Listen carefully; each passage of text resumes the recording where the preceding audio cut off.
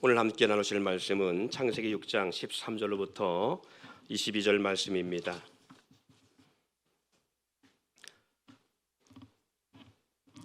창세기 6장 13절로부터 22절 말씀 봉독해 올려드립니다. 하나님이 노아에게 이르시되 모든 혈육 있는 자의 포악함이 땅에 가득하므로 그 끝날이 내 앞에 이르렀으니 내가 그들을 땅과 함께 멸하리라. 너는 고페로 나무로 너를 위하여 방주를 만들되 그 안에 칸들을 막고 역청을 그 안팎에 칠하라. 네가 만들 방주는 이러하니 그 길이는 300규빗, 너비는 50규빗, 높이는 30규빗이라. 거기에 창을 내되 위에서부터 한 규빗에 내고 그 문은 옆으로 내고 상, 중, 하 3층으로 할지니라. 내가 홍수를 땅에 일으켜 무릇 생명의 기운이 있는 모든 육체를 천하에서 멸절하리니 땅에 있는 것들이 다 죽으리라. 그러나 너와는 내가 내 언약을 세우리니 너는 내 아들들과 내 아내와 내 며느리들과 함께 그 방주로 들어가고 혈육 있는 모든 생물을 너는 각기 암수 한 쌍씩 방주로 이끌어들여 너와 함께 생명을 보존하게 하되 새가 그 종류대로 가축이 그 종류대로 땅에 기는 모든 것이 그 종류대로 각기 둘씩 내게로 나오리니 그 생명을 보존하게 하라. 너는 먹을 모든 양식을 내게로 가져다가 저축하라. 이것이 너와 그들이 먹을 것이 되리라. 너가 그와 같이 하여 하나님이 자기에게 명하신 대로 다 준행하였더라. 아멘. 마태복음 25장에 보면 예수님이 제자들에게 묻습니다. 쌍 끝에 있을 징조에 대해서 묻지요. 예수님, 마지막 때의 쌍 끝에는 어떤 일이 있겠습니까? 라고 하는 질문을 묻습니다. 제자들이 왜 예수님에게 쌍 끝에 미래에 대한 질문을 할까요? 왜 예수님에게 쌍 끝에 대한 질문을 하지요?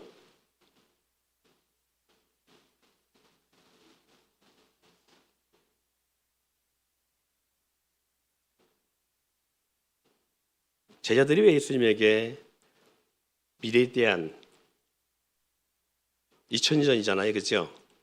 근데 사상 끝에 어떤 일이 올 것인가에 대한 질문을 하게 될까요? 했을까요? 아무 생각 못 해봤어요?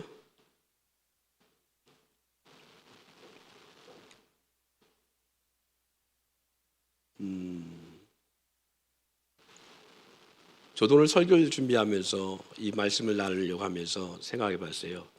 왜 그럴까? 왜 제자들이 예수님에게 이 질문을 했을까? 그것은 적어도 예수님에게 이 질문을 제자들이 하고 있다는 것은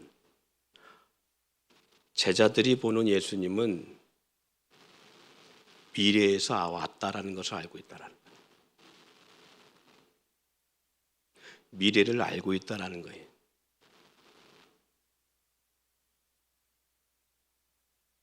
즉 다시 말해서 예수님은 과거와 현재와 미래를 알고 계신 분이라는 것을 알기에 이 질문을 하고 있다라고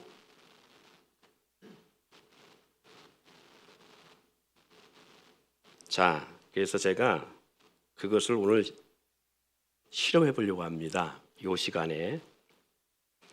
자, 은총아, 나와봐라. 너하고 나하고 이제 게임을 하는 거야. 저기 성도님들 좀 바라봐봐. 자, 우리 은총이가 시간이라는 존재입니다. 시간이라는 본질이에요. 제가 예수님일 수도 있고 시간일 수도 있어요. 그러니까 여러분들은 시간이라는 안에 속해 있지만 얘는 시간 밖에 있는 존재란 얘기예요. 그러니까 얘는 눈을 뜨고 있지만 여러분 눈을 감을 거예요. 다 눈을 감아 보세요. 자, 눈을 감아요 전부 다. 자, 은총이는 눈을 뜨고 있어야 돼. 알았지? 잘 봐. 내가 어떻게 움직이는지.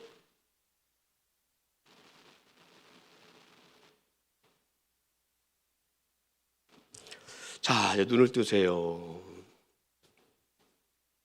어떤 변화가 있었을까요?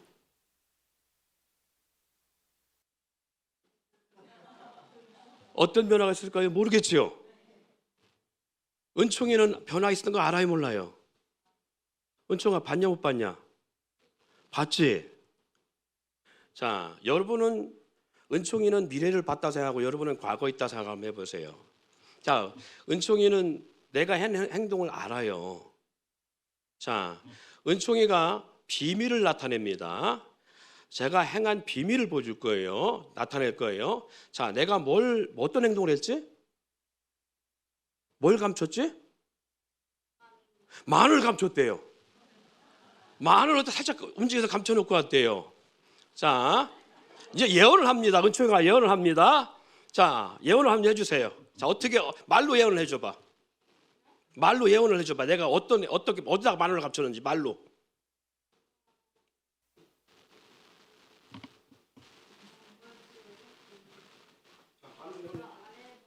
꼴깔 가르치면 안 되지. 자, 이름은 몰라요. 근데 얘기해봐. 의자에다가. 방석 네, 방석 아래에다가 아래에다가. 마늘을 숨겼어요. 마늘 숨겼어요. 어떻게 알아요? 봤어요. 봤어요. 그렇죠. 자, 방송 안에 마늘 숨겼대요. 자, 그러면 얘가 지금 은총이가 말한 걸 믿는 사람만 움직여봐요. 움직여서 마늘 찾아가 봐요. 예. 자, 박수 좀 쳐줘요. 예. 자, 앉아요. 자, 이게 바로 예언의 성취야. 이게 바로 지금 예언의 성취와 같은 거예요. 자, 은총이 수고했으니까 은총이도 뭔가를 줘야지, 그지? 수고했으니까 안 주면 또 서운하죠, 그죠? 자, 들어가요. 자, 보세요. 이런 거 같은 거예요. 시간 밖에서는요, 우리는 모르는데 시간 밖에서는 미래도 볼 수 있고 과거도 한눈에 볼 수 있는 게 시간 밖에서 모습이잖아요. 근데 우리는 시간 안에 속해 있기 때문에 현재밖에 모르는 거예요.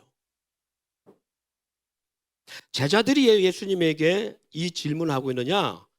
적어도 예수님은 시공간을 창조하시고 시공간 밖에서 시공간을 준행하시는 분이라고 보고 있기 때문에 제자들이 예수님에 대해 묻는 거예요. 세상 끝에는 어떤 일이 있을 수 있습니까? 시간 밖에서 시간 안의 역사를 보시는 분이 우리의 시각과 초점에서 우리에게 어떤 일이 일어날 것인가에 대해서 예수님이 말씀하신 것이 마태복음 24장의 예언의 말씀입니다. 자, 이 예언의 말씀을 보니까 몇 가지 이렇게 정의를 내리고 있습니다.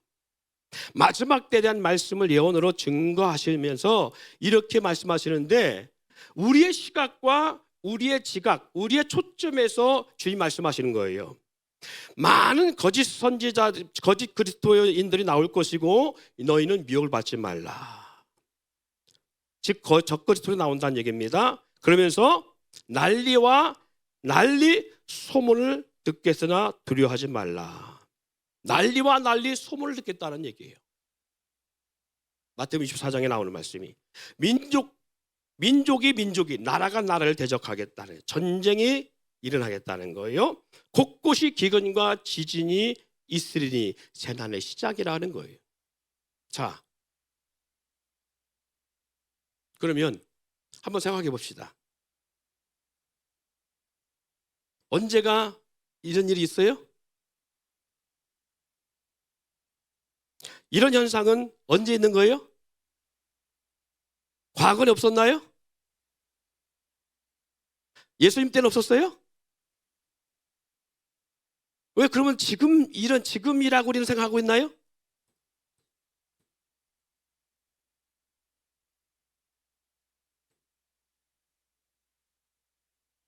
자, 제가 말씀드렸죠. 이것은 예수님께서 제자들과 우리 인생들의 시각과 초점에서 말씀하시는 거라고요. 자, 보세요. 시간 밖에서는 언제든지 볼 수 있는 거예요. 근데 시공간 안에 속해 있는 사람들은요, 이것을 동시에 볼 수 없어요. 근데 시공간 안에 속해 있는 사람들이 동시에 볼 수 있을 때가 와요. 그게 언제겠어요? 이때입니다. 들어줘 보세요.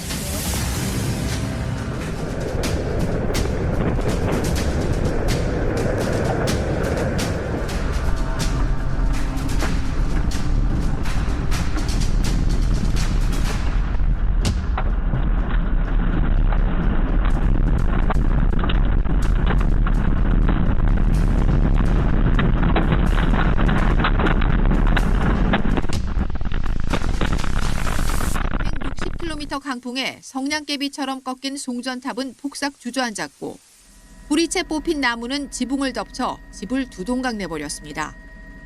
벽이 사라진 건물은 내부가 훤히 드러났고 벽돌들이 쏟아지면서 자동차는 사정없이 찌그러졌습니다. That's a load-bearing wall, right? It's all brick. I hadn't seen a brick building fall down like that here, you know. So it's a lot.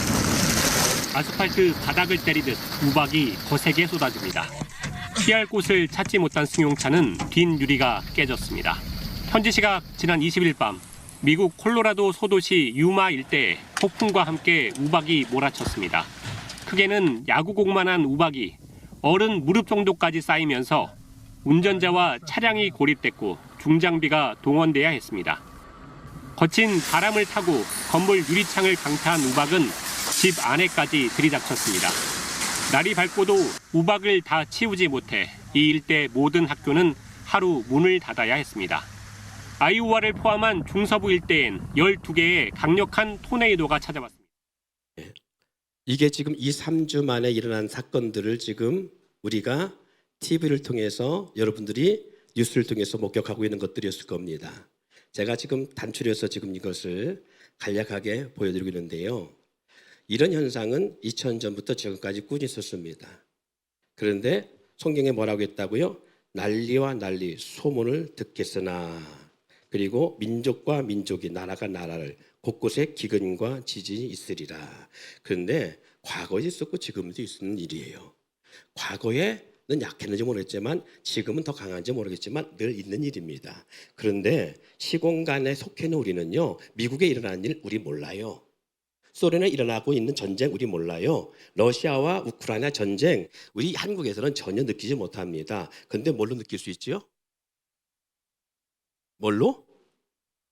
그렇죠. 예. 그러면 예수님이 말씀했던 것은요. 2000년 전 예수님은 2000년 후 온 지구가 뭘를 통해서 볼 수 있다는 걸 알 수 있는 거예요. 너희 세대가 마치 이와 같이 2000년 전에는 TV도 없었고요. 통신도 없었고 방송도 없고 영상 매체란 그런 자체가 없었던 세대예요. 단지 비둘기나 아니면 파발마 같은 어떠한 통신, 그 당시 때는 겨우 이런 아날로그 통신 시대였는데 그런 시대의 때에 예수님은 시공간 밖에서 이미 2000년 이전에 주님은 앞으로 2000년 이후에 어떤 세대가 와서 이와 같이 통신이 발달한 세대, 어떤 세대, 너희가 전 세계에 일어나는 걸 한눈에 보는 세대가 올 때쯤 돼. 그 세대가 어떤 세대가? 바로 재난의 시작의 때라는 거예요. 왜 이 세대가 마지막 말세 끝째라고 말하느냐? 바로 지금 이 세대가 말세 끝이라는 것은 전 우주적, 지구적 세계의 역사가 바로 지금의 모습이 주님이 예언한 역사가 이루어지고 있는 역사이기 때문에 그래요. 세상이 어떤 것에 노출되어 수밖에 없느냐? 세상은 무엇에 매여서 교회가 세상으로부터 미움과 정죄를 받게 될 수밖에 없느냐? 바로 이거예요. 모든 영상과 통신을 통하여서 전 지구적 역사를 한눈에 보고 그리고 모든 것들이 다 여기에 집중돼서 나타난 이 시대 가운데에는요. 모든 것이 거기에 노출되어 있기 때문에 사람들은 이곳에 주목합니다. 그리고 여기에 매일 수밖에 없습니다. 그리고 사람의 모든 정신과 세계는, 마음은 전부 다 이 매체에 매일 수밖에 없어요. 그리고 여기에 주목될 수밖에 없어요. 그래서 사람은 말씀을 보지 아니하고, 그리고 하나님과 영적 교통을 하지 않는 세대가 옵니다. 이 세대가 바로 지금 그런 세대라는 거예요. 그리고 하루 24시간에 무엇에 뺏기나 잘 생각해 보세요. 모든 우리의 생각과 사고가 전부 다 전자매체에 빼앗기고 있잖아요. 그리고 우리 영적 생활의 삶과는 전혀 무관한 삶을 살아가고 있는 세대입니다. 결국 하나님은요, 이런 세상에 올 것을 아시고 마지막 때에 와 같이, 노아의 홍수 때와 같이 마지막 때도 그러하리라 말씀합니다. 그리고 주님 말씀합니다. 마지막 때 일어날 때와 같이, 누가복음 12장 3절에 이런 말씀도 있잖아요. 골방에서 귀에 대고 말하는 것이 지붕 위에서 전파되리라. 이 말씀이 지금 현실로 일어나고 있어요. 얼마 전에 한 연예인이요, 음주 사고를 냈습니다.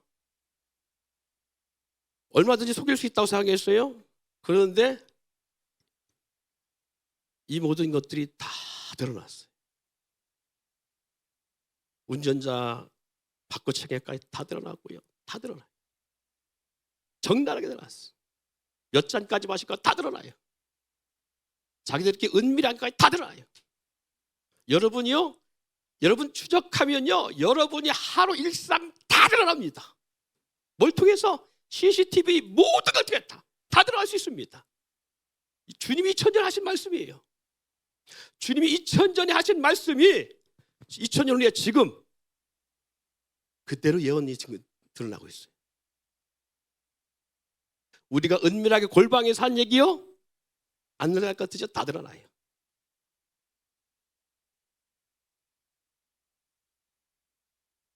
저도 마찬가지예요. 하나님 앞에 어떨까요? 하나님 앞에 섰을 때 우리의 모든 것, 언행심사 숨길 수 있을까요? 아니요. 하나도 없습니다. 개성에 이렇게 말합니다. 벌거벗은 것 같이 드러나리라. 예수 그리스도의 십자가의 은혜가 아니면요, 우리 한 사람도 구원받을 사람이 없습니다. 주님의 은혜가 아니면 안 돼요. 마태복음 24장 37절 39절 이렇게 말씀합니다. 노아 때와 같이 인자의 맘도 그러리라. 노아 홍수 전에 노아가 방주에 들어가던 날까지 사람들이 먹고 마시고 장가가 들고 시집가고 있으면서 홍수가 나서 그들을 다 멸하기까지 깨닫지 못했으니 인자의 맘도 이와 같으리라. 홍수 때에도요, 노아의 홍수 때에도 저들은 먹고 마시고 장가고 시집가는 일에만 몰두했어요. 다시 말해서 육체적 삶의 본질만 가지고 살았어요. 심판하고 하나님의 심판으로 말미암아 세상이 초토화될 것에 대한 아무 그런 것이 준비되지 않았다. 영적 삶의 본질을 찾지 않았다. 그런데 인자 이맘때도 그와 같으리라 말씀하고 있습니다. 주님이 다시 재림할 것을 말씀하시고 이상의 심판할 것에 대해서 말씀하고 있음에도 불구하고 우리가 살아가고 있는 이 시대 가운데 우리도 마찬가지입니다. 왜 그럴까요? 왜 우리는 이 세상에 주님이 다시 오실 것에 대한 아무 두려움도 없이 살아가고 있을까요? 심지어는 예수 믿는 저와 여러분까지도 그런 염려와 근심을 하지 않고 있을까요? 왜 두려움 가운데 살아가지 않을까요? 왜 우리가 그거에 대한 깨어있는 삶을 살아가고 있지 않을까요? 무엇에 미쳐서, 무엇에 끌려서, 무엇에 매여서?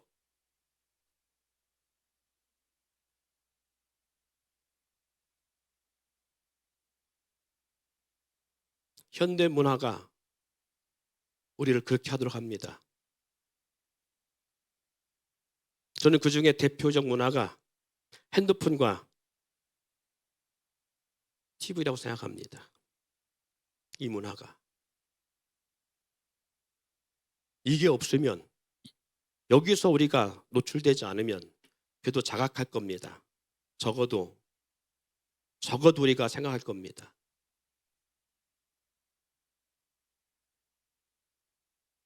그리고 말씀에 대해서 느낄 겁니다. 왜? 성령님은 살아계신 하나님의 영이시기 때문에.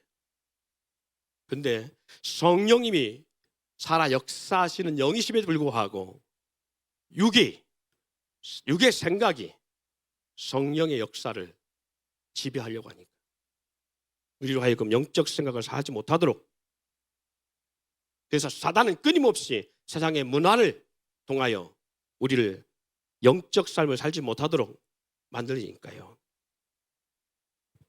여러분, 성대 삶은 어떤 삶을 살 것인가? 하나님 반드시 심판하십니다. 마지막 때 반드시 하나님은 이 세상을 심판하십니다. 그래서 깨어있지 않으면 안 됩니다. 강포가 가득하며 끝날이 반드시 이른다고 성경은 말씀합니다. 노아 홍수 때와 같이 인자가 임할 때도 반드시 그러라 말씀한 것처럼 반드시 세상 끝날에 하나님은 그렇게 하신다고 말씀하고 있어요. 그래서 성도는 반드시 영적 날씨를 바로 알고 짐작하고 살아가야 됩니다. 하나님은 죄악된 세상을 반드시 심판하십니다. 끝날이 이르면 땅과 함께 모두가 멸망함의 역사가 있을 것을 반드시 주님은 예언하고 있습니다.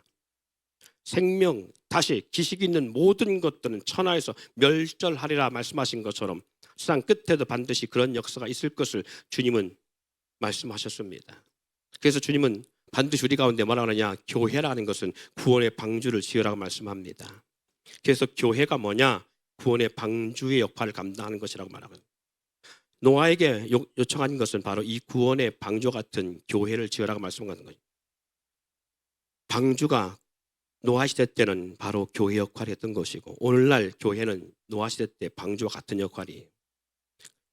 고페로 나무로 너를 위하여 방주를 만들라라고 말씀한 것처럼 교회는 나를 위한 이 시대의 방주임을 잊지 않기를 바랍니다.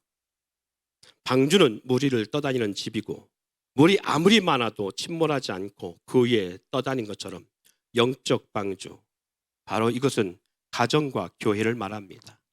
죄악된 세상을 이기는 구원의 처소가 되어야 되는 거예요. 뭐가? 여러분의 구원받은 가정이, 그리고 이 구원받은 공동체가 바로 그 같은 공동체가 되어야 되는 걸 말합니다.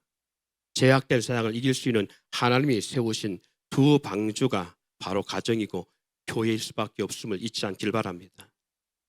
그러려면 철저히 세상의 죄악에 물들지 않는 그러한 공동체가 되어야 되는 거예요.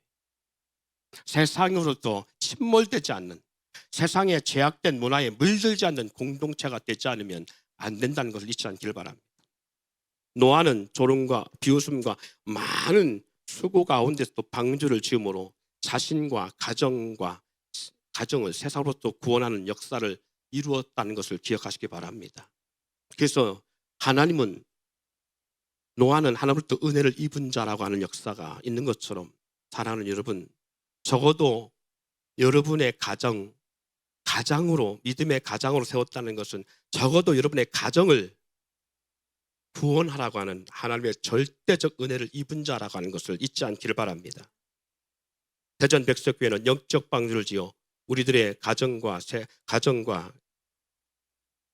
자녀들을 세상으로부터 구원할 귀한 사명을 받은 자들, 그리고 그러한 공동체를 잊지 않기를 바랍니다. 고페로 나무로 지어라 라고 말씀하고 있지요. 왜 고페로 나무로 지어라고 말하냐? 이 고페로 나무는 물에 강합니다. 고페로 나무는 스스로 송진을 그 안에서 짜냅니다. 썩지 않는, 물에 오래 떠있어 썩지 않는 존재의 나무입니다. 1년 동안 배가 물에 떠있어도 썩지 않아야 되겠는 그러한 나무여야 되니까 다른 나무가 아닌 고페로 나무가 아니면 안 되는 거예요. 세상 속에 있어도 저와 여러분은 세상에 물들지 않고 세상 속에 잠식되지 않는 존재가 되어야 된다는 걸 말하고 있습니다.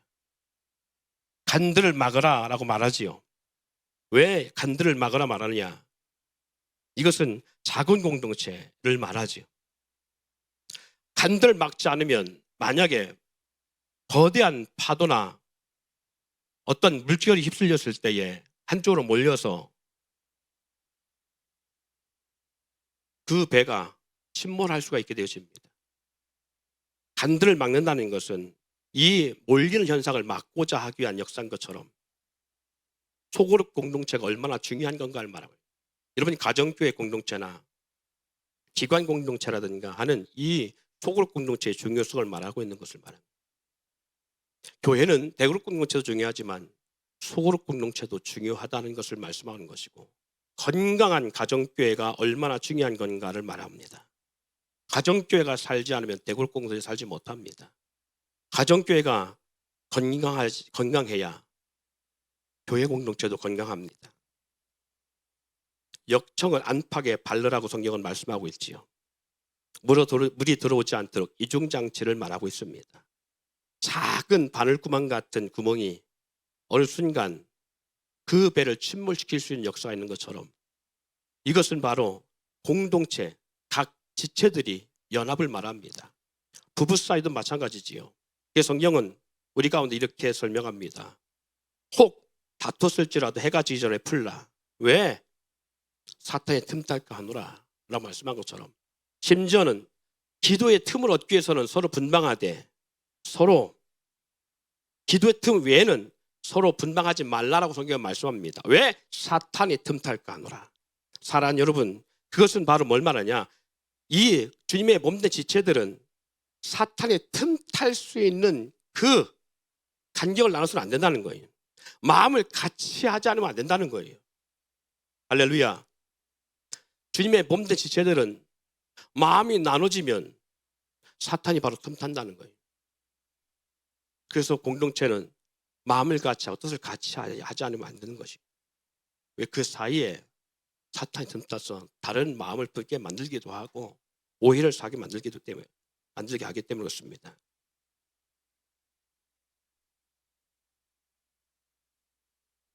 하나님은 우리 가운데 반드시 약속을 성취하시는 분이십니다. 이 방주를 만드는 가장 큰 이유는 너를 위해서라고 말씀하고 있습니다.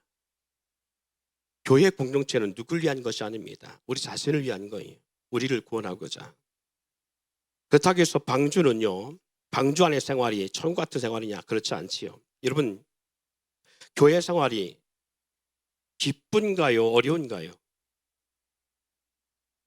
교회 생활이 기쁜 생활이에요? 어려운 생활이에요? 교회 생활이 행복해요? 힘들어요?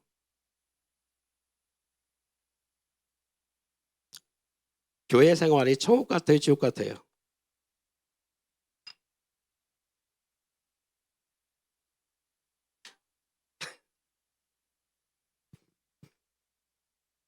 교회 생활이요, 기쁘다는 것은 조금은 문제가 있어요. 교회 생활이 행복할 수 없습니다.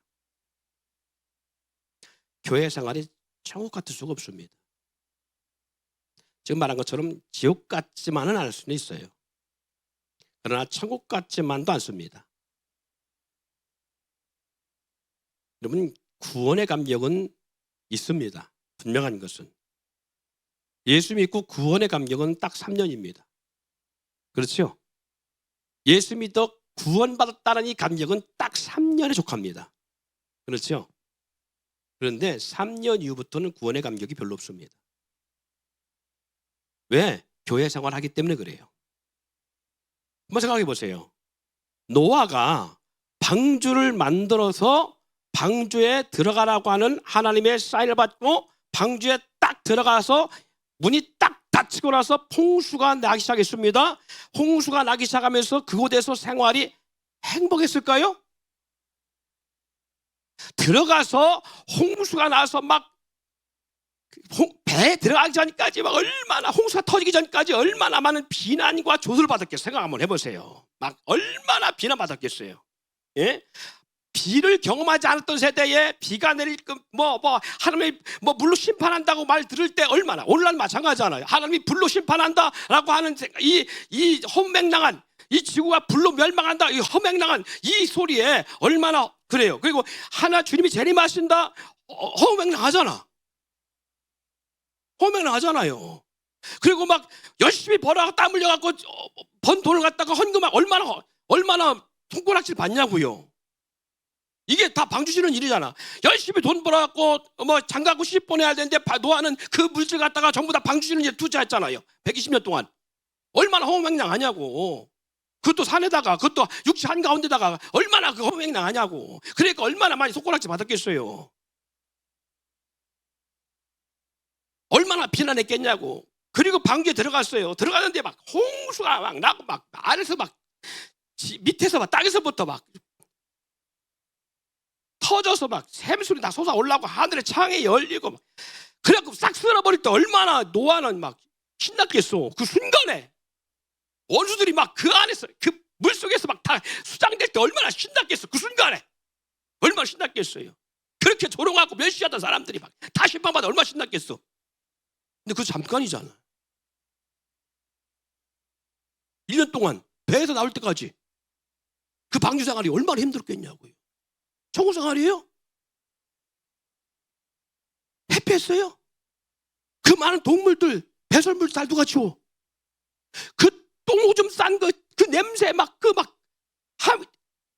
우리나라니까 좀 건조한 거지만 동남아시아 가봐요. 이 여름에 막 비는 계속 오지요. 막 40도 가까운 막 그 찜통 더위지요. 막 거기 막 찌른내 막 똥내 막 거기 아침만 일어나서 치워야 되지요. 그리고 그 모든 짐승들 다 양식 줘야 되지요.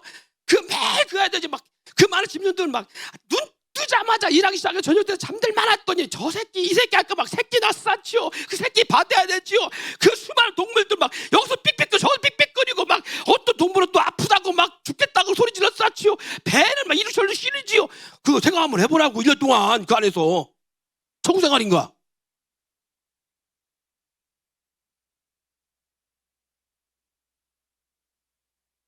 내가 볼 땐 지옥이 따로 없어. 근데 세 형제가 서로 그 안에 다투고 있어 봐. 왜 막내인 나만 시키냐고.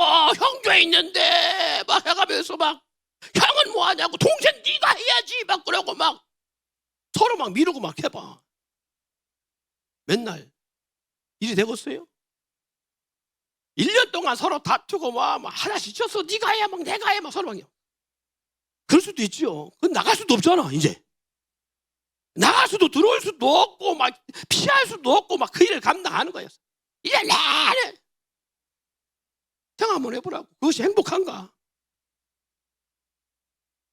방주에 들어간 구원의 기쁨은 잠깐입니다. 그 안의 삶에 또 다른 생존을 위한 삶의 극단한 환경입니다. 낙원의 삶이 아닌 시험과 고난의 시간입니다. 그러나 그곳의 삶은 생명과 영광을 얻는 승리의 삶을 잊지 않길 바랍니다. 여러분, 홍해 사건 이후에요, 광야의 삶은요, 홍해 사건을 통과한 이스라엘 백성에게는 자기들의 원수 400년 동안 그들을 제압하고 그들을 괴롭히는 애굽의 모든 군대가 홍해 바다에 멸절될 때에 순간의 기쁨은 얼마나 기뻤겠어요. 저들을 낚같이 바다 가운데 잠기게 할 때에, 저 말과 탄자들을 바다에 멸할 때에 그들의 그들을 제압하시는 하나님의 역사를 바라볼 때에 얼마나 기뻤겠어요. 소고치며 춤추일 때에 춤추며 하나님을 기뻐했고 찬양했습니다. 그건 잠깐입니다. 3일 길 못 가는 저들은 하나님 원망합니다. 불평합니다. 물이 없다고 원망했습니다. 광야 40년의 기쁨과 행복한 해피엔딩의 시간이 아니었습니다. 절대절명의 위기의 시간이었습니다. 천국 같은 시간이 아니었습니다. 낙원의 시간이 아니었다고요. 고통의 시간이었고 고난의 시간이었습니다. 그러나 그 광야 40년을 통과한 이후에 그들에게 주어진 것은 바로 약속의 땅, 하나님께서 그들에게 허락한 언약의 땅, 가나안 땅이었습니다. 바로 노아에게 주었던 이 방주 안의 생활은 지옥 같은 시간이었고 험난한 시간이었고 고난의 시간이었지만, 그러나 그 안에서의 삶의 역사가 새하늘과 새 땅 같은 이전의 환경을 경험하지 못한 구원의 역사의 시간이었습니다. 여러분, 교회 생활, 구원의 감격은 잠깐이었는지 모르겠지만 이 방주 생활처럼 교회 생활이 그래요. 행복한 시간이 아닙니다. 천 같은 시간이 아닙니다. 그러나 교회 생활이 귀한 것은 나갈 수도 들어올 수도 없는 시간이지만 이 교회 생활 때문에 고난이 있고 교회 생활 때문에 상처받고 교회 생활 때문에 시험도 들지만 그러나 이 교회 생활이 방해 생활처럼 방주 생활처럼 뭐가 있는 것이다. 영원한 나라가 약속되어지고 영원한 나라가 보장되어지고 생명의 삶이 보장되어진 축복의 시간임을 잊지 않기를 바랍니다. 그 방주 안에서 노아의 공동체가 어려운 고난의 역경을 이기고 견뎠기 때문에 견딜 수밖에 없는 나갈 수도 없고 피할 수 없는 시간이었고 그 시간을 겪고 나갔을 때에 새로운 환경, 구원의 새로운 세계를 경험하는 역사를 맞이했듯이 교회 공동체 생활 또한 비록 어렵고 힘든 역경이지만 함께하며 믿음의 여정을 통과될 때에 영원한 새하늘과 새 땅의 추억이 되어지며 그 나라를 맞이하는 인생이 될 줄 믿습니다. 요한계시록 2장 7절에 말합니다. 이기는 그에게는 내가 하나님의 낙원에 있는 생명나무의 열매를 주어 먹게 하리라. 계시록 2장 21절 이기는 자는 둘째 사망의 해를 받지 아니하리라. 계시록 2장 17절 이기는 그에게는 내가 감추었던 만나를 주고 또 흰돌을 줄 터인데 그 돌 위에 새 이름을 기록한 것이 있나니 받는 자밖에는 그 이름을 알 사람이 없느니라. 계시록 3장 5절 이기는 자는 이와 같이 흰 옷을 입을 것이요 내가 그 이름을 생명책에 결코 지우지 아니하고 그 이름을 내 아버지 앞과 그 천사들 앞에서 시인하리라. 계시록 3장 12절 이기는 자는 내 하나님 성전의 기둥이 되게 하리니 그가 결코 다시 나가지 아니하리라. 내가 하나님의 이름과 하나님의 성전 곧 하늘에서 내 하나님께로부터 내려오는 새 예루살렘의 이름과 나의 새 이름을 그의 위에 기록하리라. 계시록 3장 21절 이기는 그에게는 내가 내 보좌에 함께 앉게 하여 주기를 내가 이기고 아버지 보좌에 함께 앉은 것과 같이 하리라. 이기는 자에게만 주시는 축복입니다. 여러분 교회 생활이 바로 이 이기는 자의 삶을 살아가고자 하는 역사의 자림을 잊지 않기를 바랍니다. 그 승리의 자리에 나아가는 복된 자림을 잊지 아니하고 오늘도 이 자리에 서 있음을 감사하며 이기는 승리의 성도가 되기를 축원합니다.